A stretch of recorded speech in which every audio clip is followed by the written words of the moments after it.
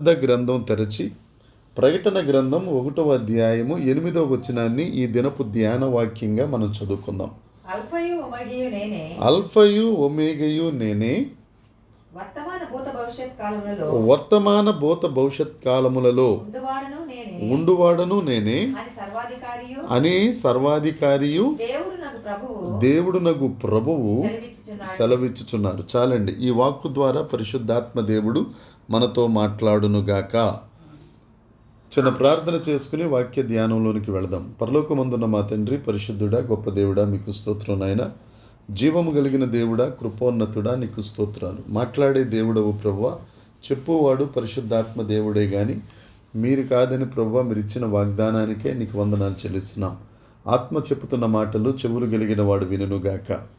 మా అందరి మీద యేసుక్రీస్తు రక్తాన్ని ప్రోక్షించుకొనుచున్నాం. ప్రతి విధమైన సాతాను శక్తులను, అంధకార శక్తులను, దుష్ట శక్తులను, అడ్డంకులను, నెట్వర్క్ ప్రాబ్లమ్స్ అన్నిటినీ నజరేయుడైన యేసుక్రీస్తు నామమున తొలగి పొమ్మని ఆజ్ఞాపిస్తున్నాను. దేవా, మీరే నాయన మా అందరికీ నీ యొక్క ప్రభువు క్రీస్తు స్వరూపం గురించి, ప్రకటన గ్రంథ మర్మాల గురించి వివరించుచున్నందుకు, అర్థమగునట్లుగా చేయుచున్నందుకు, మా హృదయపు లోతులలో నీ వాక్యము మీద దృష్టి నిలిపి నీ వాక్యము నూరంతులుగా మాలో ఫలించినట్లు సహాయం చేయుచున్నందుకై నీకు స్తోత్రాలు చెల్లిస్తున్నాం. మీరే మహిమ పొందుమని మా ప్రభువు రక్షకుడైన యేసుక్రీస్తు నామమున ప్రార్థించి అడిగి వేడుకొనుచున్నాము తండ్రి. ఆమేన్, ఆమేన్. దేవుని యొక్క ఆత్మ సహాయంతో, పరిశుద్ధాత్మ సహాయంతో మనందరం ఈ మొదటి అధ్యాయంలో ఉన్న క్రీస్తు స్వరూపం గురించి ఈ దినాన్న ధ్యానిద్దామండి. నిన్నటి దినాన్న ప్రకటన గ్రంథ పరిచయ వాక్కులు, ఈ దినాన్న క్రీస్తు స్వరూపం. నా ఆశ ఒకటే, మనందరం పరిశుద్ధ గ్రంథం యొక్క ప్రాముఖ్యత తెలుసుకోవాలి, దేవుని యొక్క ఔన్నత్యాన్ని తెలుసుకోవాలి. ఆ దేవుని యొక్క మాటలు, దైవావేశం కలిగిన ఆ మాటలు, దేవుని ప్రేరణ చేత వ్రాయబడిన ఆ వాక్కులు మన గుండెల్లో ఉండాలి, మన నోట ఉండాలి. ఆ వాక్యం మనల్ని బ్రతికించాలి.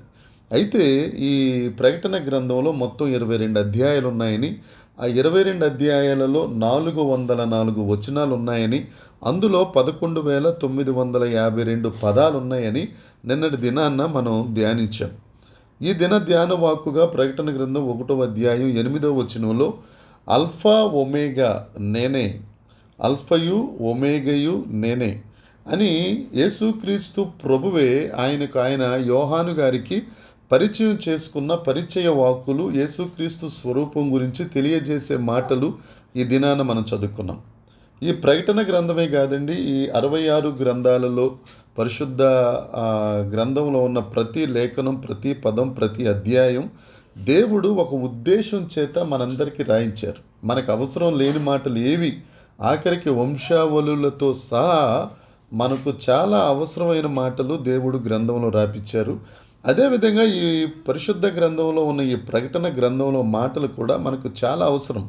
డిఎల్ మూడీ గారనే ఒక ప్రపంచ ప్రఖ్యాతి కలిగిన బోధకుడు, సేవకుడు, ఒక రచయిత, ఆయన అమెరికా దేశానికి చెందిన ఆయన ఏం చెప్తాడంటే, ప్రకటన గ్రంథం అర్థం చేసుకోకూడదు అని దేవుడు అనుకుంటే, డిఎల్ మూడీ అన్న ఈ పాస్టర్ గారు, బోధకుడు ఏం చెప్తాడంటే, ఒకవేళ ప్రకటన గ్రంథం మనం అర్థం చేసుకోకూడదని దేవుడు అనుకుంటే, ఒకవేళ దేవుని ఉద్దేశం మనం అర్థం చేసుకోకూడదు అనుకుంటే, దేవుడు ఈ పుస్తకాన్ని, ఈ ప్రకటన గ్రంథాన్ని పరిశుద్ధ గ్రంథంలో చేర్చేవాడు కాదు, 66వ గ్రంథంగా దాన్ని ఉంచేవాడు కాదు అని ఆయన తన రాతల్లో, లేకపోతే తన అభిప్రాయాన్ని దేవుని ఆత్మచేత ప్రేరేపించబడి తెలియజేశారు. అంటే బైబిల్లో ఒక గ్రంథం ఉంది అదంటే అది మనం అర్థం చేసుకోవటానికి.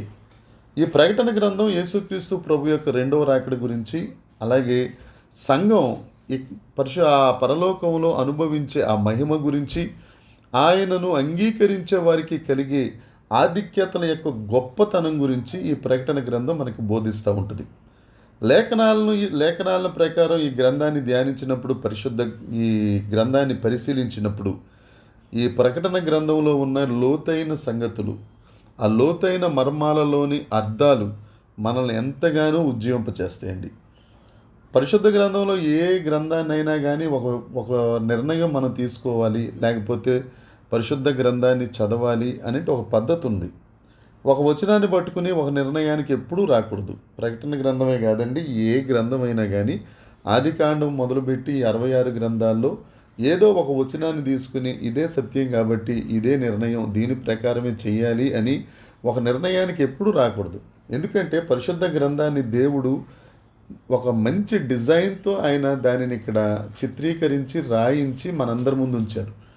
ఒక సంగతి కానీ, ఒక సిద్ధాంతం కానీ, ఒక నిర్ణయం కానీ మనం తీసుకోవాలి అని అంటే ఒక విషయం మీద మనం ధ్యానించదలుచుకున్నప్పుడు ఆ విషయం గురించిన వచనాలన్నిటినీ ఈ 66 గ్రంథాల్లో ఎక్కడెక్కడైతే వ్రాయబడ్డాయో అవన్నీ ఒక దగ్గరికి చేర్చుకోవాలి. అవి చేర్చుకున్న తరువాత వాటిని ధ్యానిస్తున్నప్పుడు అసలు దేవుడు ఈ వాక్యాల ద్వారా మనతో ఏమి చెప్పబోతున్నాడు అనే విషయాన్ని గ్రహించి అది పరిశుద్ధాత్మ దేవుడు దానిని రూఢిగా మనతో మాట్లాడినప్పుడు మనం ఒక నిర్ణయానికి ఆ సంగతి గురించి రావాలి, ఒక సిద్ధాంతాన్ని ప్రేరేపించాలి తప్ప ఏదో ఒక వచనాన్ని పట్టుకుని ప్రకటన గ్రంథంలో ఇలా ఉంది, లేకపోతే ఇలా ఉంది, లేకపోతే ఇలా ఉంది అని ఒక నిర్ణయానికి వచ్చేయకూడదు. ఒక నిర్ణయాన్ని ఇతరులకు మనం ఎప్పుడూ తెలియచేయకూడదు. అది చాలా తప్పు అయిపోతుందండి. ఎందుకు అని అంటే యెషయా గ్రంథం 34వ అధ్యాయం 16వ వచనంలో ఒక మాట ఉంది. యెషయా గ్రంథం 34వ అధ్యాయము 16వ వచనం, యెహోవా గ్రంథమును పరిశీలించి చదువుడి. యెషయా గ్రంథం 34వ చదువుకొనుడి. ఆ జంతు ఉండదు, దేని జత పక్షి దానికి ఉండక మానదు. ఒక వచనం ఒక దగ్గర ఉంది అని అంటే దానికి బ్యాకప్గా దాని జత పక్షి, ఒక వచనానికి కావలసిన మరొక వచనం దాని బ్యాకప్గా పరిశుద్ధ గ్రంథంలో ఎక్కడో ఒక చోట ఉంటుంది. దానిని మనం వెతికి తరచి మనం ధ్యానించుకోవాలి. ఎందుకు అని అంటే ఒక సాక్షి న్యాయస్థానంలో నిలబడినప్పుడు ఆయన సాక్ష్యం చెల్లదు. 2-3 సాక్షులు ఉంటే ఆ విషయం ప్రతిపాదించబడుతుంది. పరిశుద్ధ గ్రంథంలో కూడా అంతే. ఒక వచనాన్ని బట్టి ఒక సిద్ధాంతాన్ని కానీ, ఒక నిర్ణయాన్ని కానీ, ఒక అభిప్రాయాన్ని కానీ మనం ఎప్పుడు నిర్ణయించకూడదు.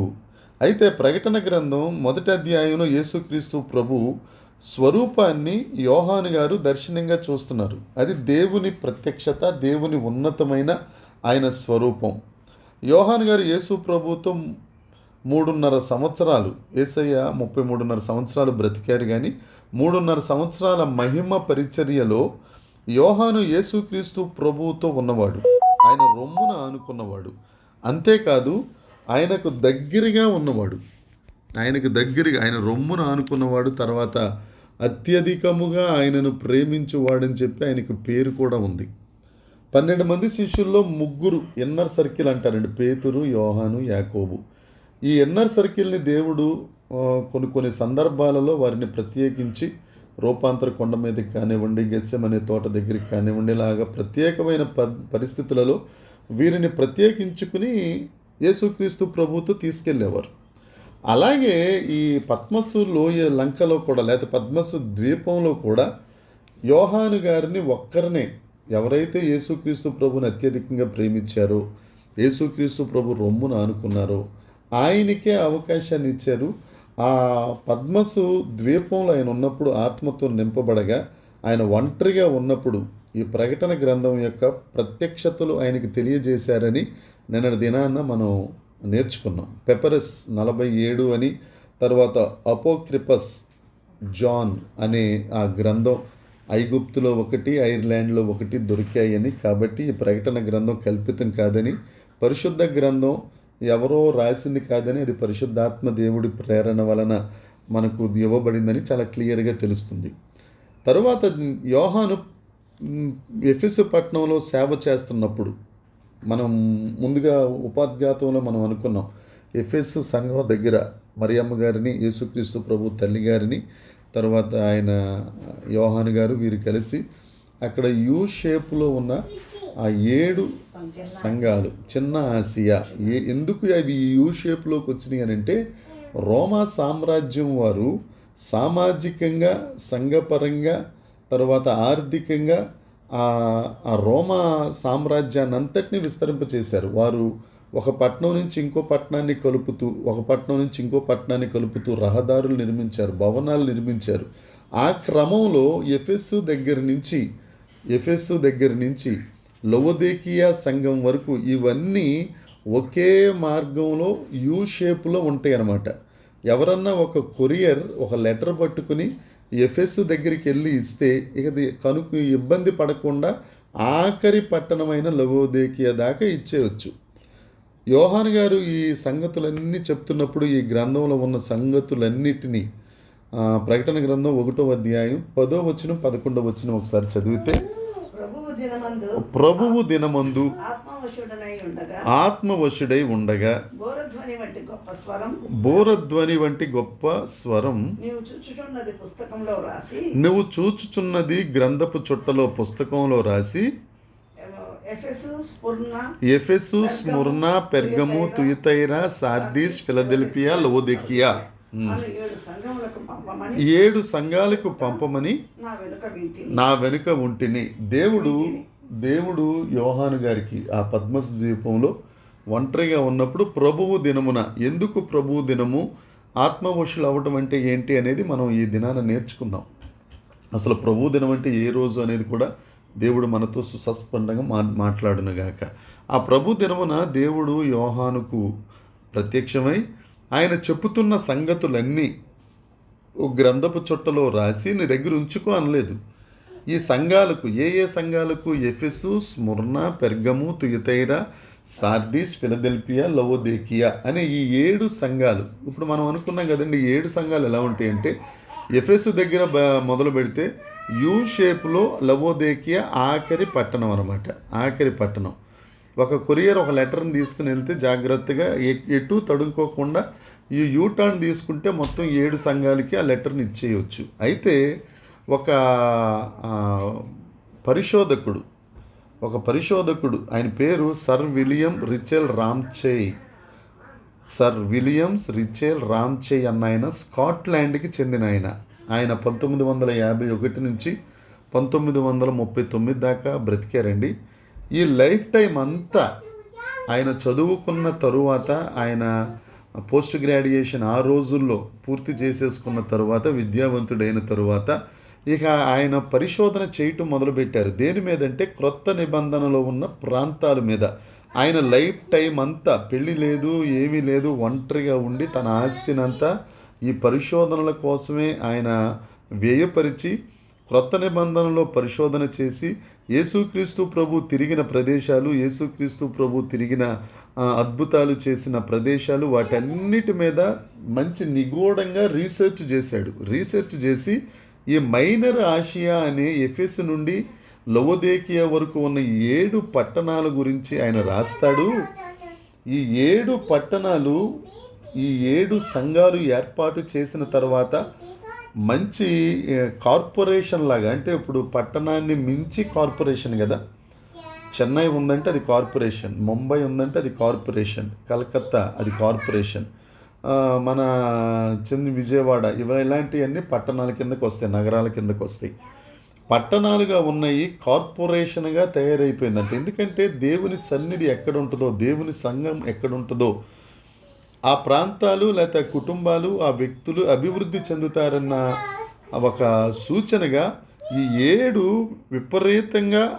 విపరీతంగా అభివృద్ధి చెంది దేవుని యొక్క మహిమను చాటుతూ యేసుక్రీస్తు యొక్క సత్య సువార్త ప్రపంచమంతా వెళ్ళడానికి ఈ యూటర్న్లో ఉన్న ఈ 7 సంఘాల మార్గం ఇప్పటికీ కూడా ఎంతో ఉపయోగకరంగా ఉందని ఆ దినాన సర్ విలియం రిచెల్ రామ్సేస్ చేసిన ఆ ప్రతిపాదన నిజమని ఇప్పటికీ కూడా జనాలందరూ ఒప్పుకుంటున్నారు. అనేక గ్రంథాలు ఈ క్రొత్త నిబంధన ప్రదేశాల మీద రాయబడ్డాయి. అయితే యోహాను ఈ లేఖ రాస్తూ, యేసుక్రీస్తు ప్రభువు యోహాను గారు ఆత్మవశుడిగా ఉన్నప్పుడు ప్రత్యక్షమై ఈ లేఖ రాస్తూ ఆయన చెప్పిన మొదటి మాట ఏంటంటే, తండ్రి కుమార పరిశుద్ధాత్మ నామమున కృప మరియు సమాధానము కలుగునుగాక.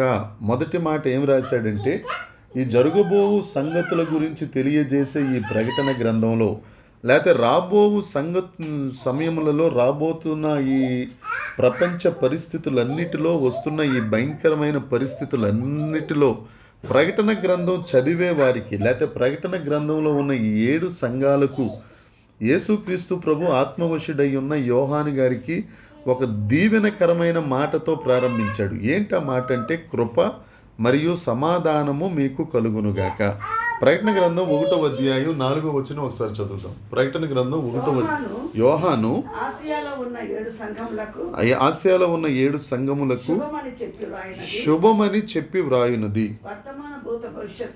వర్తమాన భూత భవిష్యత్ కాలములలో ఉన్నవాని నుండి ఆయన సింహాసనము ఎదుటనున్న 7 ఆత్మల నుండి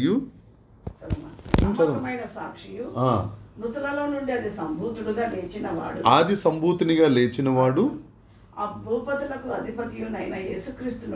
యేసుక్రీస్తు నుండి కృపా సమాధానములు మీకు కలుగునుగాక. 7 సంఘాలకు అంటే 7 సంపూర్ణమైన సంఖ్య.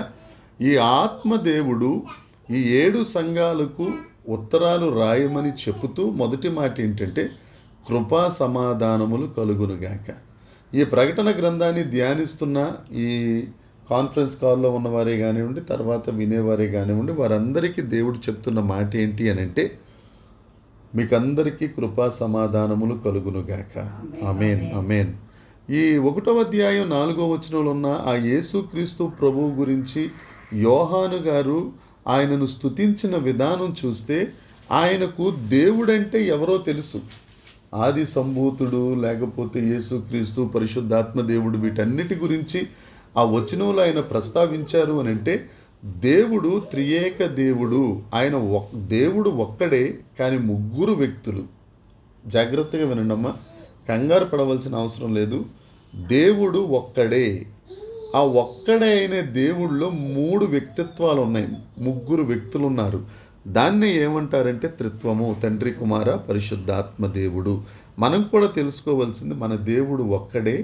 ఆయన 3 వ్యక్తిత్వములు కలిగిన దేవుడు. తండ్రి అయిన దేవుడు, కుమారుడైన దేవుడు, పరిశుద్ధాత్మ అయిన దేవుడు. ఆ గొప్ప దేవుడు, ఆ ఏకైక దేవుడు, ఆ త్రియేక దేవుడు మనందరికీ మొట్టమొదటి మాటగా చెబుతున్న మాట ఏంటి అని అంటే కృపా సమాధానములు మీకు కలుగునుగాక. ఆయన మనకు కృపను సమాధానాన్ని ఇవ్వడానికి ఇష్టపడుతున్నారు. అయితే ఇప్పుడు మీరు నన్ను అడగవలసిన ప్రశ్న ఏంటి అని అంటే పాస్టర్ గారు ఇదంతా బాగానే ఉంది, మరి కృపా సమాధానములు కలుగజేసిన దేవుడు ఆ ఉగ్రతలు, తెగుళ్ళు, ఆ శ్రమల పాత్రలు వీరందరి మీద ఎందుకు పోయబడాలి, వీరందరికీ ఎందుకు శ్రమలు పడాలి, దేవుడు ఇంత కఠినంగా ఎందుకు మారిపోయాడు అని అంటే దేవుడు ఎప్పుడూ మనల్ని ఆశీర్వదించే దేవుడు. దేవుడు ఎప్పుడు మనకు సంతోషాన్ని సమాధానాన్ని అనుగ్రహించే దేవుడే. ఆ దేవుడు మనకు ఎప్పుడు కృపను సమాధానాన్ని ఇస్తారు. అయితే మనం ఆ కృపను సమాధానాన్ని నిరర్ధకం చేసుకుని దాన్ని నిరాకరిస్తే ఏమవుతుందని అంటే ఉగ్రత మన మీదకి వస్తుంది. ఆయన సహించే దేవుడు, కృప చూపించే దేవుడు, దయగలిగిన దేవుడు, మంచిదే. ఇక అవన్నీ అయిపోయిన తర్వాత ఎంత చెప్పినా కానీ మూర్ఖంగా ప్రవర్తిస్తున్నప్పుడు చిన్న ఉగ్రత అనేది తీసుకొస్తాడు ఆయన. అందును బట్టి ఆ కృపా సమాధానాలు మన మీద చూపుతున్నప్పుడే మనం ఆయనకు లోబడేవారిగా ఉండుట ఎంత మేలండి. ఇప్పుడు ఈ కృప గురించి, సమాధానం గురించి 2 మాటలు మనం ధ్యానించుకుని ముందుకెళ్ళిపోదాం. కృప ఇంగ్లీష్లో గ్రేస్ అంటారు, ఇంగ్లీష్లో గ్రేస్. అయితే నూతన నిబంధన అరమిక్ గ్రీకు భాషలో రాయబడింది కాబట్టి గ్రీకు భాషలో దాన్ని ఏమంటారంటే క్యారిస్. కృప లేకపోతే గ్రేస్ అనేది మనకు అంత అర్థం ఇవ్వదు, కానీ క్యారీస్ అనే మాటకు అర్థం ఏంటి అని అంటే కొలత లేని దయ.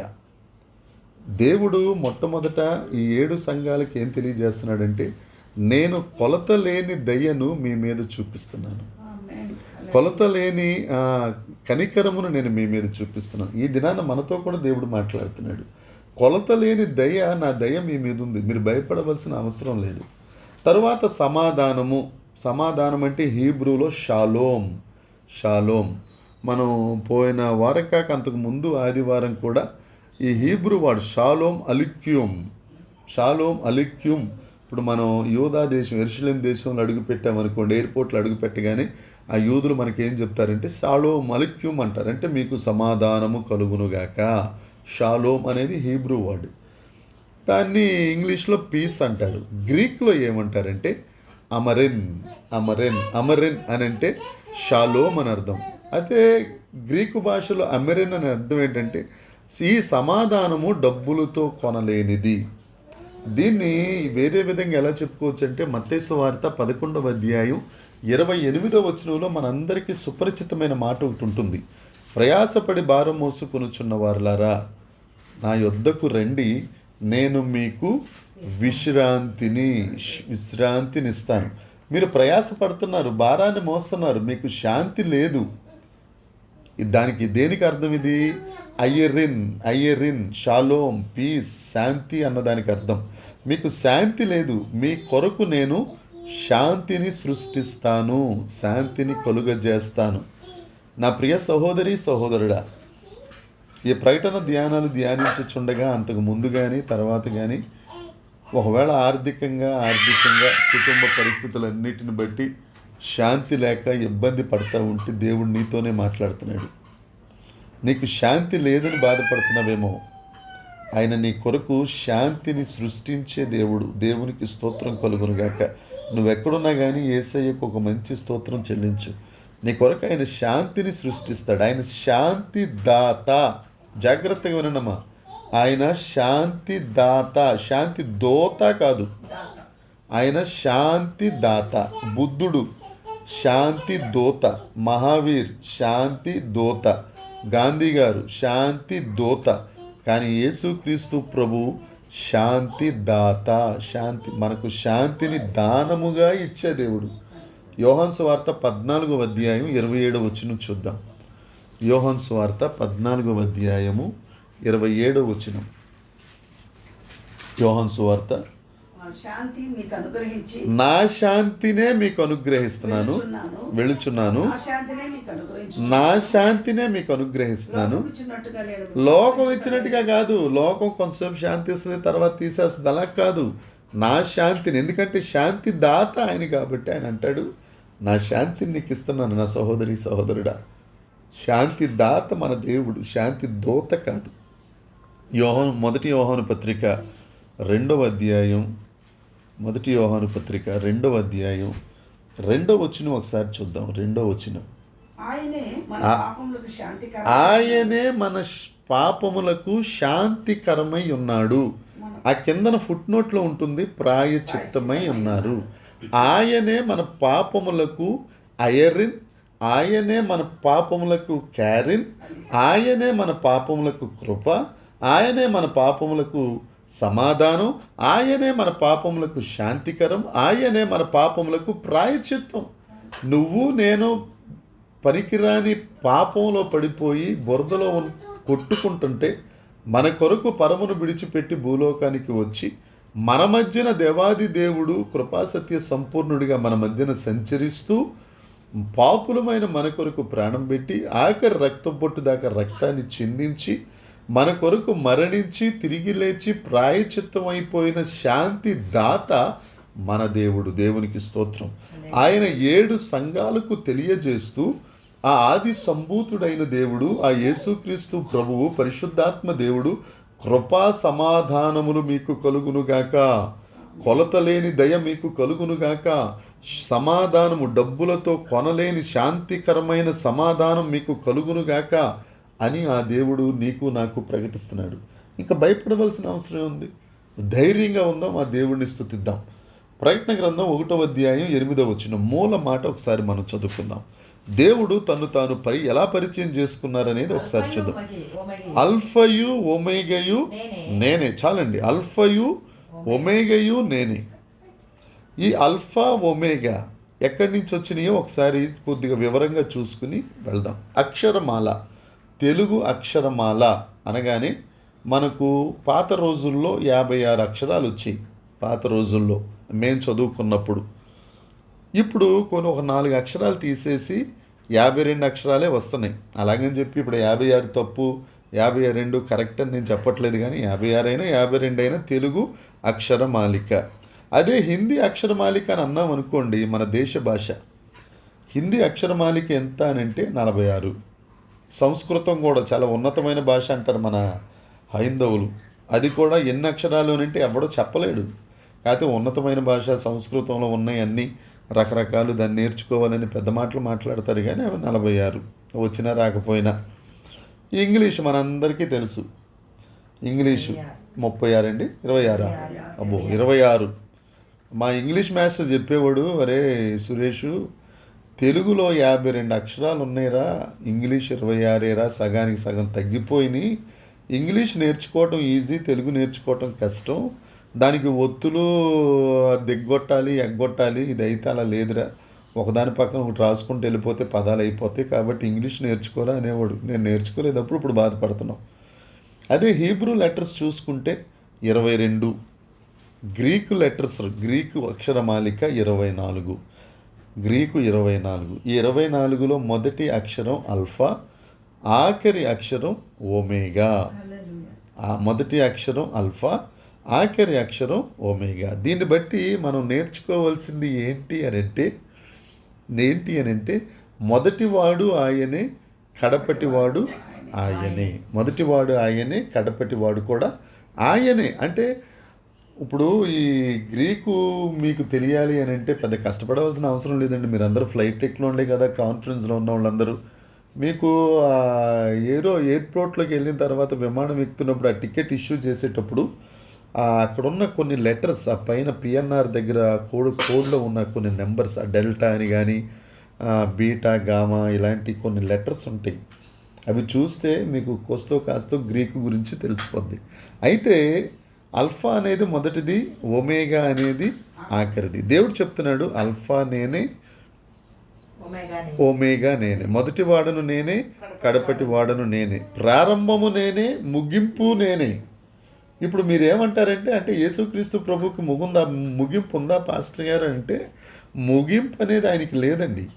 ఒక ప్రకటన గ్రంథం ఉంటే 1వ అధ్యాయం 22వ అధ్యాయం, మొదటి అధ్యాయం ప్రారంభం, 22వ అధ్యాయం ముగింపు. ఒక పర్టిక్యులర్ ఇది, ఒక వ్యక్తి 100 మీటర్స్ స్ప్రింట్ చేస్తున్నాడు అని అంటే ఒక అడుగు దగ్గర నుంచి ఆ 100వ అంకె దాకా వెళ్ళేసరికి ఎవడు ముందు వెళ్తే వాడికి బంగారు పథకమో, వెండి పథకమో, కాంస్య పథకమో ఇస్తారు. అలా కాకుండా మీరు తిరుగుతూ ఉండండి, గ్రౌండ్ అంతా చుట్టూ తిరుగుతూ ఉండండి అని అంటే ఆ లైఫ్ టైంలో తిరిగి చచ్చిపోయిన వాళ్ళందరూ ఓడిపోయినట్టు, బతికున్నవాడు అప్పుడు బంగారు పథకం తీసుకెళ్తాడు. వాడికి ఇచ్చిన ఒకటి, ఇవ్వకపోయినా ఒకటి. విశ్వాసంలో కూడా ఒక పాయింట్ నుంచి దేవుడు అనుకున్న అత్యున్నతమైన స్థాయి విశ్వాసం దాకా వెళ్ళినప్పుడు దేవుడు బడా నమ్మకమైన మంచి దాసుడా, నీ విశ్వాసమును ప్రారంభించిన వాడు ఆయనే, ముగింపజేసేవాడు ఆ కురియోస్ అనే ఆ ప్రభువే. కాబట్టి అది దేవుని సంపూర్ణతను తెలియజేస్తుంది. అల్ఫా ఒమేగా నేనే అని అంటే దేవుని యొక్క సంపూర్ణత గురించి, దేవుని యొక్క ఆధిపత్యం గురించి అది తెలియజేస్తుంది. అదే దేవునికి ప్రారంభించడానికి, ముగించడానికి కూడా అధికారం ఉంది అని అర్థం. యెషయా గ్రంథం 44వ అధ్యాయం 6వ వచనం ఒకసారి చూద్దాం. యెషయా గ్రంథం 44వ అధ్యాయం 6వ వచనం. దయచేసి చిన్నపిల్ల అరుపులు మీకు ఇబ్బందిగా ఉంటే నన్ను క్షమించండి అమ్మా, నాకు తప్పట్లేదు, మరి దయచేసి ఏమనుకోకండి.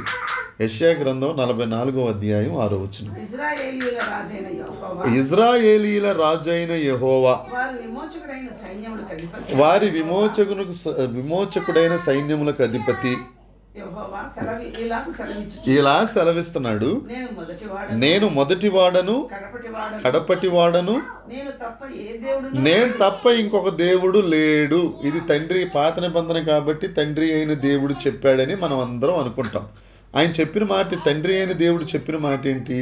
మొదటివాడను నేనే, కడపటివాడను నేనే, నేను తప్ప ఇంకొక దేవుడు లేడు.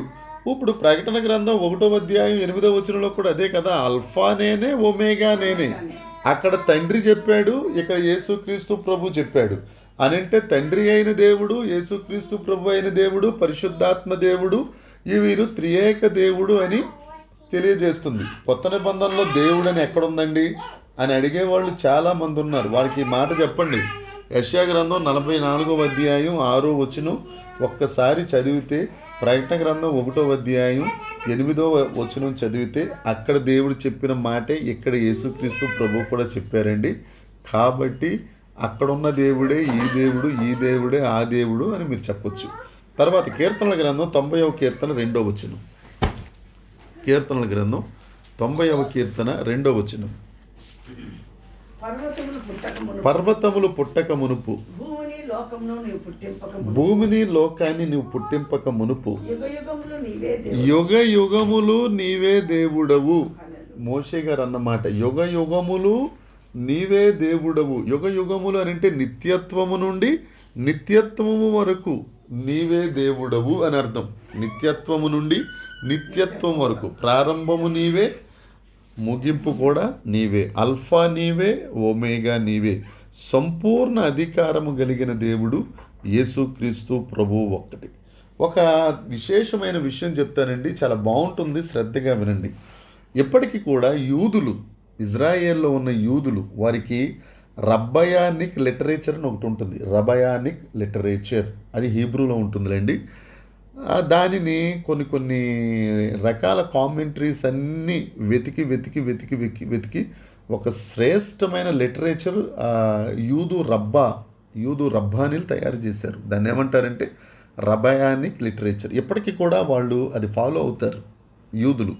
యూదులు ఉదయాన్నే ప్రార్థన చేసినప్పుడు, ప్రార్థన అయిపోయిన తర్వాత ఆశీర్వాదం తీసుకున్నప్పుడు, యూదులు సాయంత్రం ప్రార్థన చేసినప్పుడు, ప్రార్థన అయిన తర్వాత ఆశీర్వాదం తీసుకున్నప్పుడు, వారికి బ్లెస్సింగ్స్ తీసుకున్నప్పుడు వాళ్ళు ఏం చేస్తారు అని అంటే హీబ్రూ లెటర్లో మొదటి లెటర్, హీబ్రూలో ఆఖరి లెటర్, అంటే హీబ్రూ అక్షరమాలికలో మొదటి అక్షరాన్ని, హీబ్రూ అక్షరమాలికలో ఆఖరి అక్షరాన్ని, ఈ రెండిటిని కలిపి పలుకుతారు. అర్థమవుతుంది కదండి. హీబ్రూస్ యూదులు ఉదయాన్నే ప్రార్థన చేసిన, సాయంత్రం ప్రార్థన చేసిన, వారి ఆశీర్వాదం వారికి రావాలని ఆశీర్వచనం పలుకుతూ ఏం పలుకుతారంటే హీబ్రూ లిటరేచర్లో లేకపోతే హీబ్రూ అక్షరమాలికలో మొదటి అక్షరాన్ని, ఆఖరి అక్షరాన్ని వారు కలిపి మాట్లాడతారు. హీబ్రూ అక్షరాలు మనకు తెలియాలి అని అంటే మన పరిశుద్ధ గ్రంథం, కీర్తన గ్రంథంలో 119వ కీర్తన, చాలా చిన్న కీర్తన కదండి ఇది, ఒక 176 వచనాలే ఉంటాయి. చాలా పెద్ద కీర్తన. 119వ కీర్తనలో 176 వచనాలు ఉంటాయి. అది 22 సెక్షన్లుగా విభజించబడి ఉంటుంది. ఒక్కొక్క సెక్షన్లో 8 వచనాలు ఉంటాయి. 8 వచనాలు కలిగిన 22 సెక్షన్లు ఉంటాయి. 176 వచనాలు 119వ కీర్తన. మొదటి సెక్షన్ మీరు చూస్తే అలేఫ్, రెండవది బేత్, గిమేల్, ఇలా ఉంటాయి. మొదటిది అలేఫ్, ఆఖరి అక్షరం థౌ అని అర్థం. అలేఫ్ని థౌని కలపాలి, అంటే అలేఫ్ థౌ. ఆ పలకటం కూడా ఎలా పలకాలంటే థౌ, అది గొంతుకులో నుంచి రావాలండి, థౌ. ఈ రెండింటిని కలిపితే వచ్చే అర్థం సత్యము నీవే అని అర్థం. అంటే ఇప్పుడు మొదటివాడు కడపటివాడు, అల్ఫా ఒమేగా, ప్రారంభము ముగింపు, అలేఫ్ థౌ, సత్యము అర్థం. అంటే సత్యానికి ప్రారంభము ఆయనే, సత్యానికి ముగింపు కూడా ఆయనే. ఆయన మినహాయిస్తే ఇక సత్యం అనేది లేదు. దేవునికి స్తోత్రం. అందుకే కదా యేసుక్రీస్తు ప్రభు అంటారు, మార్గము నేనే, సత్యము నేనే, జీవము నేనే. చూసారా బైబిల్ ఎంత సత్యము. ఎక్కడ 119వ కీర్తన, ఎక్కడ యోహాను సువార్త 14వ అధ్యాయం. వీటన్నిటినీ అందుకే మొదటే అనుకున్నాం కదా, ఒక వచనాన్ని పట్టుకుని ఒక నిర్ణయం చేయకూడదు. వీటన్నిటినీ మనం జతపక్షులన్నిటినీ ఏరుకున్నప్పుడు యేసుక్రీస్తు ప్రభువే సత్యమైన దేవుడు అని మనందరికీ తెలుస్తుంది. ఇవన్నీ గ్రహించలేని కొంతమంది చిన్న మెదడు చితికిపోయిన వారు యేసుప్రభు దేవుడు కాదు, ప్రవక్త అని కొంతమంది అంటారు, యేసుప్రభు ఏదో రకరకాలని కొంతమంది. ఇవన్నీ మనం పట్టించుకోవద్దండి. వారికి ఈ పరిశుద్ధ గ్రంథం తెలియదంతే. ప్రారంభమైన అలేఫ్, ముగింపైన థౌ కలిపితే సత్యము అని అర్థం. అందుకే ఆయన ఏమంటాడంటే నేనే సత్యం, నేనే మార్గం, నేనే జీవం. చాలామంది ఈ మాట, మీ దేవుడికి అంత గర్వం ఏంటి, నేనే అంటే మరి ఆయన సత్యం ఆయనే. ఇప్పుడు సురేష్ కుమార్ ఎవరు అంటే నేనే అని చెప్తానండి నేను, అంతేగాని పక్కనోడు చూపించి సురేష్ కుమార్ ఇతనని చెప్పం కదా. మార్గం ఆయనే, సత్యం ఆయనే, జీవం ఆయనే. ఆయన పరిచయం చేసుకుంటా అల్ఫా నేనే, ఒమేగా నేనే, మొదటి వాడన నేనే, కడపటి వాడన నేనే అని అధికారంగా చెప్పాడు. దానికి తప్పే ఉందండి. నా పేరు సురేష్ కాబట్టి సురేష్ నేనే అంటాను. ప్రారంభం ఆయనే కాబట్టి నేనే అన్నాడు ఆయన. దానికి గర్వం ఉంది. చాలా చక్కగా చెప్పారు. దేవుడు ఏది చెప్పినానండి, దేవుడు ఏది చెప్పినా ఏది ప్రతిపాదించినా అధికారికంగా ఉంటుంది, సంపూర్ణత కలిగి ఉంటుంది. దేవునికి స్తోత్రం కలుగునుగాక. ఇందాక మనం ధ్యానించుకున్నాం కదా, హెబ్రీ పత్రిక చూద్దాం ఒకసారి. 12వ అధ్యాయం 1వ వచనం ఒకసారి చూడండి. హెబ్రీ పత్రిక 12వ అధ్యాయము 1వ వచనం. సింపుల్గా నేను చెప్పేస్తాను. విశ్వాసమునకు కర్తయు దానిని కొనసాగించువాడు. విశ్వాసమునకు కర్త. తెలుగులో ఇలా సింపుల్గా రాసింది, కానీ కేజేవి వెర్షన్లో ఉంటుంది ఆడిటర్, ఆథర్ అండ్ పర్ఫెక్ట్. విశ్వాసమునకు కర్త అన్న దగ్గర author and perfect. New James వెర్షన్లో ఉంటుందండి సస్టైనర్ అని ఉంటుంది. ఏమండి, ఇండియన్ స్టాండర్డ్ బైబిల్లో ఉంటుంది ఆథర్ అండ్ ఫినిషర్, అంటే ప్రారంభించువాడు లేకపోతే కర్త. విశ్వాసమునకు ముగింపు కూడా ఆయనే. అన్నీ ఆయనే. ఆయన ఎవరైతే ఆ విశ్వాసంలో ఆయన అనుకున్న స్టాండర్డ్స్కి వస్తారో వారికి తగిన ఫలమిస్తారు. బలా నమ్మకమైన మంచి దాసుడు అంటాడు, ఒక బహుమానం వారికి ఇస్తాడు. చదువుదామండి. ప్రకటన గ్రంథం 1వ అధ్యాయం 10వ వచనం చదువుదాం. ఆత్మవశుడై ప్రభువు దినమందు గొప్ప స్వరం నీవు చూచుచున్నది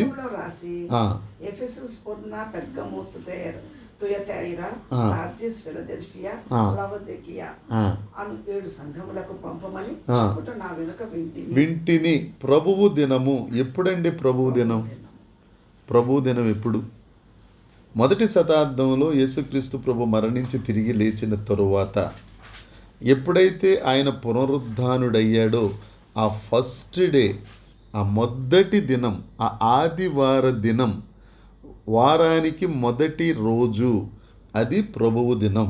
అది ప్రభువు దినం. చాలామంది 7వ దినాన్ని పాటించాలండి, సబ్బాతు, లేకపోతే శుక్రవారం పాటిద్దామండి, రకరకాలు అంటారు. సబ్బాతు 6వ శుక్రవారం సాయంత్రం 6 గంటల నుంచి శనివారం సాయంత్రం 6 గంటల వరకు పాటించాలనేది పాత నిబంధనలో. దేవుడు విశ్రాంతి దినాన్ని పాటించాలనేది అది ఓకే. ఎప్పుడైతే యేసు రక్తం చేత మనం కడుగబడి కొనబడి ఆయన రక్తము చేత మన పాపముల నుండి ప్రాయశ్చిత్తం చేయబడి క్రైస్తవులుగా మారామో, క్రైస్తవులందరూ ఆరాధించే దినము ప్రభువు దినం. అది ఆదివారపు దినం. ఎందుకంటే యేసుక్రీస్తు ప్రభు తిరిగి లేచిన పునరుద్ధాన దినం. అది ప్రభువు దినం. అది వారంలో మొదటి దినం. ఇంకో విషయం చెప్పమంటారండి, ఆయన తిరిగి లేచిన దినం ఆదివారం. ఆ ఆదివారపు దినమున సాయంకాలమున శిష్యులందరూ ఒక గదిలోకి వెళ్ళిపోయి వాళ్ళు ప్రార్థన చేసుకుంటూ ఉంటే యేసుక్రీస్తు ప్రభు వారి మధ్యలోనికి దిగి వారికి ప్రత్యక్షమై, అప్పుడు తోమా గారు లేరు. ఆదివారపు దినమున యేసుక్రీస్తు ప్రభు పునరుద్ధానుడయ్యారు. ఆ సాయంకాలపు దినమున శిష్యులందరూ, తోమా గారు, ఇస్కరియోతు, యోధా తప్పించి 10 మంది శిష్యులు అక్కడ ప్రార్థన చేసుకుంటూ ఉంటే వారి మధ్యకు యేసుక్రీస్తు ప్రభు దిగొచ్చారు, ప్రత్యక్షమయ్యారు. మరలా 8 రోజులకు, అంటే మరలా ఆదివారపు దినమున వారందరూ ఆ గదిలో ప్రార్థన చేసుకుంటూ ఉంటే అప్పుడు తోమా ఉన్నాడు. తోమా ఉండి వారందరితో అంటున్నాడు, మీరందరూ ఎవరు పెడితే వాళ్ళు నమ్మేస్తారు, నేను అంత ఈజీగా నమ్మను, నాతో చాలా కష్టం. ఆయన గాయాల్లో నేను చేతులు పెట్టి, ఆయన చేతిలో గాయంలో నేను వేళ్ళు పెట్టి నేను ఎన్ని అటు ఇటు తిప్పితే తప్ప నేను నమ్మను అన్న తోమా గారు రెండవసారి, అంటే 8వ రోజు ఆదివారం అక్కడ వారితో ప్రార్థన చేసుకుంటూ ఉంటే మరలా 8వ రోజు తోమా కోసం ఆయన అక్కడ ప్రత్యక్షమయ్యారు. అప్పుడే తోమా, నువ్వు నా చేతుల్లో చేయి పెట్టు, నా డొక్కలో చేయి పెట్టానంటే ఆయన అంటాడు, నా ప్రభువా, నా దేవా. ఇవన్నీ ఆదివారం దినాలే. ఇదంతా మీకు యోహాను సువార్త 20వ అధ్యాయంలో మనం తెలుసుకోగలం. ప్రభు వారి మధ్యకు వచ్చిన మొదటి వారం ఆదివారం, 8వ రోజు ఆదివారం, ఆయన లేచిన మొదటి దినాన్న సంఘ స్థాపన అనేది జరిగింది. అయితే పెంతెకోస్తు ఏ రోజు వచ్చింది? మీకు ఎవరికన్నా చాలా పురాతన క్రైస్తవులు ఇక్కడ చాలామంది ఉన్నారు. పెంతెకోస్తు దినం ఏ రోజు? పెంతెకోస్తు కూడా ఆదివారమే. పస్కా పండుగ జరిగిన తరువాత 50 రోజులు ఆదివారపు దినం. పెంతెకోస్తు పస్కా పండుగ తర్వాత పెంతెకోస్తు అంటే పరిశుద్ధాత్మ దేవుడు ఆ మేడగది మీదకి దిగి వచ్చిన రోజు ఆదివారం. కరెక్ట్గా మీరు లెక్కెట్టుకోండి. తర్వాత అయిపోయిన తర్వాత పస్కా పండుగ నుంచి 50వ రోజు పెంతెకోస్తు. కోత పండుగ రోజు కూడా 50వ రోజే, ఆదివారమే. కాబట్టి వీటన్నిటిని బట్టి ఆదివారము వార మొదటి రోజు ప్రభువు దినము అని పరిశుద్ధ లేఖనాల ద్వారా మనము నేర్చుకోవచ్చు. చాలామంది ఏం చెప్తారు అని అంటే Sunday, SUN, sun DAY day, Sunday అంటే సూర్యుడిని పూజించే దినము కదా, మనం ఆ అర్థం వచ్చే దినాన్ని యేసుక్రీస్తు ప్రభువుని ఎందుకు పూజిస్తామని కొంతమంది మనలో మనవారే కొన్ని మాటలు మాట్లాడతారు. సన్ అంటే నీతి సూర్యుడు యేసుక్రీస్తు ప్రభువే కదండి. ఆ లెక్కకు వస్తే సాటర్డే, శనివారం శనిదేవతను పూజించేస్తున్నారు. అప్పుడు ఎలా పూజిస్తాం? మండే చంద్రుని పూజించే రోజు ఎలా పూజిస్తాం? ఏమండి, అపోస్తల కార్యాల్లో చూసుకుంటే ఈ అపోస్తలులందరూ ప్రభువు ఆత్మ మేడగదిలో ప్రభువు ఆత్మను పొందుకొనిన తరువాత రెండవ అధ్యాయం, అపోస్తల కార్యాలు 2వ అధ్యాయం, 3వ అధ్యాయం, 4వ అధ్యాయం ప్రతి ఆదివారం రొట్టె విరుస్తున్నారు ఆయన మరణ పునరుద్ధానాలకు సూచనగా. ప్రభువు మరణ పునరుద్ధానాలకు సాదృశ్యంగా రొట్టె ప్రభు భోజనం చేస్తున్నారు. అది అయిపోయిన తర్వాత ప్రేమ విందు ఏర్పాటు చేసుకున్నట్టుగా మనం లేఖనాల్లో చూస్తాం. తరువాత పౌలు గారు అంటారు, ఆదివారం కానుకలు పోగు చేయుడి. ఎందుకంటే ఆదివారం ఆరాధన జరుగుతుంది, యేసు ప్రభువుని ఆరాధిస్తాం కాబట్టి కానుకలు పోగు చేయుడి. ప్రభు దినము అనగా ఆదివారం కాబట్టి ఈ విషయంలో మనకి ఎటువంటి అనుమానం లేదని నేను నమ్ముతున్నాను. ప్రభువు దినమున ఆత్మవశుడై 1వ అధ్యాయం 10వ వచనం మనం చదువుకున్నది. ప్రభువు దినమున ఆయన ఆత్మవశుడయ్యాడు అని అంటే ఒంటరిగా ఆ పద్మసు దీపంలో ఉండి యేసు ప్రభువునే స్మరిస్తూ యేసు ప్రభువునే స్తుతిస్తున్నప్పుడు ఆయన ఆత్మవశుడైపోయాడు. ఆదివారమున ఆత్మవశుడై ప్రభువును చూడగా అప్పుడు ఏమి జరిగిందో చూద్దాం. ప్రకటన గ్రంథం 1వ అధ్యాయం 13వ వచనం, 14వ వచనం, 15వ వచనం ఒకసారి చదువుదాం. తిరుగగా 7 సువర్ణ దీపస్తంభములు.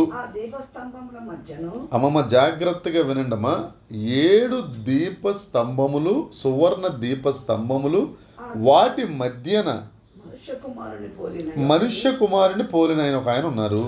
చూచితిని.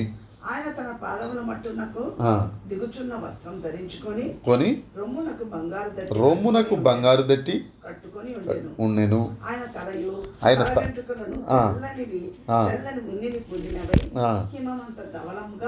ఉండెను. ఆయన నేత్రములు అగ్ని జ్వాలలుగా ఉన్నాయి. ఆయన పాదములు భూమిలో పుటం వేయబడి మెరుచున్న అపరంజితో సమానమై ఉండెను. ఆయన కంఠస్వరం విస్తార జల ప్రవాహముల ఉండెను. ఆయన తన కుడి చేత 7 నక్షత్రాలు ఆయన నోటి నుండి రెండంచులు గల వాడి అయిన ఖడ్గం ఒకటి బయలు వెళ్ళగా ఆయన ముఖము మహా తేజస్సుతో ప్రకాశించుచున్న సూర్యుని వలె ఉండెను. దేవునికి స్తోత్రం. ఇది యేసు క్రీస్తు ప్రభు యొక్క స్వరూప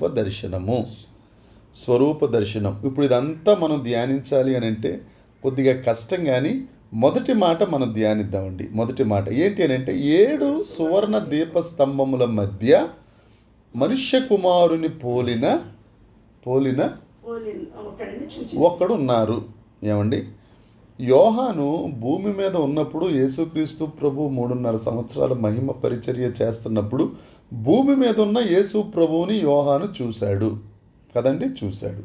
ఇప్పుడు ఆత్మవశుడై ఆదివారపు దినమున ప్రభువు దినమున ఆత్మవశుడై పరలోకంలో ఉన్న యేసుక్రీస్తు ప్రభువు ఎలాంటి వాడో ఆయన చూస్తున్నాడు. ఏమండి, ముందు భూమి మీద ఉన్న యేసు ప్రభువుని చూశాడు, తరువాత పరలోకంలో ఉన్న ఆ యేసు ప్రభు మనుష్య కుమారుని పోలిన ఆ యేసు ప్రభువుని ఆయన చూశాడు. అంటే యేసుక్రీస్తు ప్రభువు అణువును ఆయన చూచి వివరిస్తా ఇక్కడ తెలియజేశాడు. ఏమండి, యేసు ప్రభువుని అణువు చూడటం అంత అవసరమా అని అంటే ఎప్పుడైనా కానీ దేవుడు తన గురించి తెలియజేయాలి అనన్నా, లేకపోతే యేసుక్రీస్తు ప్రభువు ఒక ఉన్నతమైన నిర్ణయాన్ని లేకపోతే ఉన్నతమైన సంగతిని సంఘానికి తెలియజేయాలి అనన్నా మొదట ఆయన ప్రభావ వర్ణన ఉంటుంది. యెహెజ్కేలు గ్రంథం చూస్తే యెహెజ్కేలుతో కూడా దేవుడు ఒక ముఖ్యమైన విషయాన్ని చర్చిస్తున్న ముందు ఆయన వర్ణన ఉంటుంది. ఆత్మవశుడైనప్పుడు యెహెజ్కేలు గ్రంథంలో యెహెజ్కేలు ఆత్మవశుడు అవ్వగా దేవుని యొక్క ప్రభావాన్ని చూశారు. అయితే ఆ ప్రభావంలో మొదటి మాట ఏముంటుందంటే 7 సువర్ణ దీపస్తంభముల మధ్యన వెలుగుచున్న లేకపోతే మనుష్య కుమారుని పోలిన ఒక ఆయన ఉన్నారు. ఈ దీపస్తంభాలు బంగారు సువర్ణం అంటే బంగారమే కదండి. దీపస్తంభాలు. ఈ 7 దీపస్తంభాలు వెలుగుతున్న దీపస్తంభాలు. 7 అంటే సంపూర్ణతకు సాదృశ్యం. సంపూర్ణతకు. ఇప్పుడు మనం అందరం యేసు ప్రభువుకి దూరంగా పాపులుగా, లేకపోతే కుమ్మరి చేత మట్టితో చేయబడిన పాత్రలుగా మనం ఉన్నప్పుడు, మనం బ్రతుకుతున్నప్పుడు, ఆ దేవుడు పరలోకాన్ని విడిచిపెట్టి భూమికి వచ్చి ఆయన రక్తము ద్వారా మట్టిని కడిగి శుభ్రం చేసి ఆయన చేతుల ద్వారా ఈ మట్టి పాత్రలను బంగారు పాత్రలుగా మలిచి మేలిమి బంగారుగా చేసి మనకంటూ ఒక విలువ ఇచ్చాడు. అదే కదా పేతురు పత్రికల 2వ అధ్యాయం 9వ వచనం ఉంటుంది. చీకటి నుండి ఆశ్చర్యకరమైన వెలుగులోనికి ఆయన గుణాతిశయములను ప్రచురపరచు నిమిత్తం రాజులైన యాజక సమూహంగా, రాజులుగా యాజకులుగా పనికిరాని మనలను మేలిమి బంగారుగా సువర్ణంగా ఆయన మార్చేసి మనకొక విలువిచ్చాడు. రెండవది, బంగారు దేనికి సాదృశ్యము అని అంటే, మనం ప్రత్యక్ష గుడారం ధ్యానిస్తున్నప్పుడు బంగారు గురించి, సువర్ణం గురించి, వెండి గురించి మనం ధ్యానించాం. బంగారు పరిశుద్ధతకు సాదృశ్యం. మనం పాపాల చేత అపరిశుద్ధంగా తయారైతే ఆయన రక్తం చేత మనల్ని శుద్ధీకరించి మన ప్రతి పాపమును కడిగి సకల దుర్నీతి నుంచి మనకు విడుదలిచ్చి మనలను పరిశుద్ధులుగా చేసిన రక్తము పరిశుద్ధుడైన యేసుక్రీస్తు రక్తం. మొదటిది, మనం విలువైన వారం. రెండవది, మనము పరిశుద్ధపరచబడిన వారం. మూడవది, అది వెలుగుతుంది, ప్రకాశిస్తుంది. అంతవరకు చీకటిలో ఉన్నాం మనం, అంతవరకు నశించిపోయిన వారం మనం, అంతవరకు పాపులమైన మనం ఎప్పుడైతే యేసుక్రీస్తు ప్రభు ఈ భూమి మీదకి వచ్చి ఈ భూమి మీద ఉన్న ఈ భూగ్రహం మీద ఉన్న ప్రతి ఒక్క వ్యక్తి రక్షణ కొరకే రక్తాన్ని చిందించిన తరువాత, ఈ మట్టి పాత్రలు మహిమాత్మతో నింపిన తరువాత ఇవి సువర్ణంగా మార్చబడి, పరిశుద్ధంగా మార్చబడి, ప్రకాశించుచున్నవిగా ఇవి మార్చబడ్డాయి. ఆయన ఎలా ఉన్నాడు అని అంటే 7 సువర్ణ దీపస్తంభముల మధ్యన మనుష్య కుమారుని పోలినవాడు. మనుష్య కుమారుని నేను మీకు ఈ యేసుక్రీస్తు దివ్య స్వరూపం అనేది నేను యూట్యూబ్లో అప్లోడ్ చేసినప్పుడు ఫొటోస్ పెడతానండి. ఒక ప్రింట్రెస్ట్లో ఒక మంచి ఫోటో దేవుడి కృపచేత నాకు దొరికింది. దీపస్తంభమునకు ఆ 7 దీపస్తంభముల మధ్యన యేసుప్రభు ఉంటారు. దీపస్తంభానికి ఆయనకు మధ్యన ఇంకొకటి ఏమీ ఉండదండి. ఇప్పుడు దీపస్తంభానికి నీకు, లేకపోతే దీపస్తంభానికి నాకు మధ్యన ఇంకోటి ఉండదు. యేసుక్రీస్తు ప్రభువుకి నీకు నాకు డైరెక్ట్ అటాచ్మెంట్, సహవాసం మనకు. యేసుక్రీస్తుకి సంఘానికి మధ్యన ఇంకొకరు ఉండరు. అర్థమండి, మధ్యవర్తి అక్కర్లేదు మనకి. యేసుక్రీస్తు ప్రభువుతో పాత నిబంధనలో అంటే ప్రధాన యాజకుడు ఉండాలి. ఏమండి, పాత నిబంధనలో ప్రవక్త కావాలి. కానీ క్రొత్త నిబంధనకు వచ్చేసరికి కృపాకాలంలో ఈ 7 సువర్ణ దీపస్తంభముల మధ్యన మనుష్య కుమారుని పోలిన ఒక ఆయన ఉన్నారు. ఆయనకు దీపస్తంభమైన సంఘానికి మధ్యవర్తి లేడు. అందుకే యోహాను సువార్త 14:14లో ఒక మాట ఉంటుంది. నా నామం పేరిట మీరు నన్ను ఏమి అడిగినా కానీ నేను మీకు ఇచ్చేస్తాను. ఇంకొకళ్ళు ఎవరికో మా దేవుడికి రికమెండేషన్ చేసి నాకు పలానా ఇవ్వమనండి అని రికమెండేషన్ అక్కర్లేదు. అమ్మ ఉన్నారు మనకు, ఒక అమ్మగారు. ఆవిడ పేరు మనందరికీ తెలుసు. ఆ అమ్మ పేరున మనం అడగాల్సిన అవసరం లేదు. అయ్య ఉన్నారు, ఒక అయ్య. ఆయన సమాధి దగ్గరికి వెళ్ళక్కర్లేదు, ఆయన మట్టి తెచ్చుకోక్కర్లేదు. ఏమండి, మనకు దేవుడు డైరెక్ట్గా సంబంధం ఉంది, ఆయనతో సహవాసం ఉంది. ఇప్పుడు మీరు నన్ను అడగవలసిన ప్రశ్న ఏంటి అని అంటే, అయితే దైవజనుల్ని ప్రార్థనా సహాయం కోరకూడదా పాస్టర్ గారు అని అంటే, దైవజనుల్ని ప్రార్థనా సహాయం కోరాలి. 2-3 కలిసి ప్రార్థన చెయ్యాలి. ఇది ఓకే. చచ్చిపోయిన భక్తుల పేరిట పలానా భక్తుడు గారు మీరు నా కొరకు ప్రార్థన చేయండి, యేసు ప్రభువును ఒప్పించండి అని వాళ్ళ పేర్లు పెట్టక్కర్లే. అయ్యగారి పేరు, అమ్మగారి పేరు పెట్టవలసిన అవసరం లేదు. చనిపోయిన వారి సహాయ సహకారాలు మనకు అక్కరలేదు. జాగ్రత్తగా వినండి. 7 సువర్ణ దీపస్తంభముల మధ్యన మనుష్య కుమారుడు. ఆ మనుష్య కుమారునికి దీపస్తంభానికి మధ్యవర్తి లేరు. మరి నీకు యేసుక్రీస్తు ప్రభువుకి, నాకు యేసుక్రీస్తు ప్రభువుకి డైరెక్ట్ యాక్సెస్ ఉన్నప్పుడు ఇంకొక పనే ఉంది. మినిస్టర్ గారితో నువ్వు డైరెక్ట్గా ఆయన ఛాంబర్లోకి వెళ్ళిపోయే అవకాశం ఉన్నప్పుడు ఆ సెంట్రీని పట్టుకుని బాబా వెళ్ళి నేను వచ్చానని చెప్పురా బాబు ఆయన కాళ్ళు మీద ఏదో రకంగా నన్ను లోపలికి రమ్మని పిలిపించాను అంటావా? డైరెక్ట్గా వెళ్ళిపోతామా? ఆ సెక్యూరిటీని కూడా ఒక చూపు చూసి మరి లోపలికి వెళ్ళిపోతాం.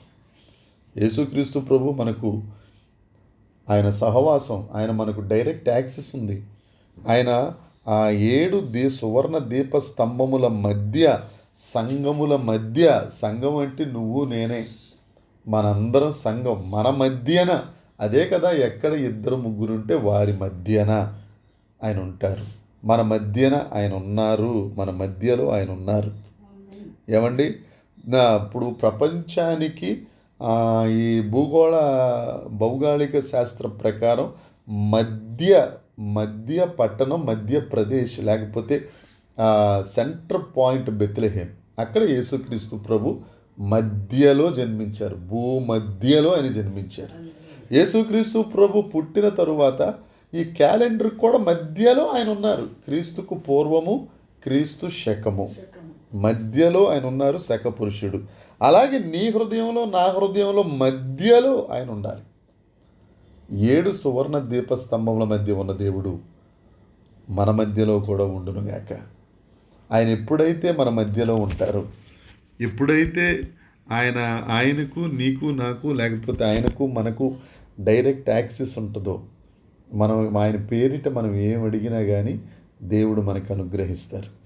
దేవుని కృప. ఇంకా ఆయన స్వరూప దర్శనం గురించి మరలా నెక్స్ట్ క్లాస్లో మనం నేర్చుకుందామండి. ఎందుకంటే ఇప్పటికే 52 నిమిషాలు అయిపోయింది.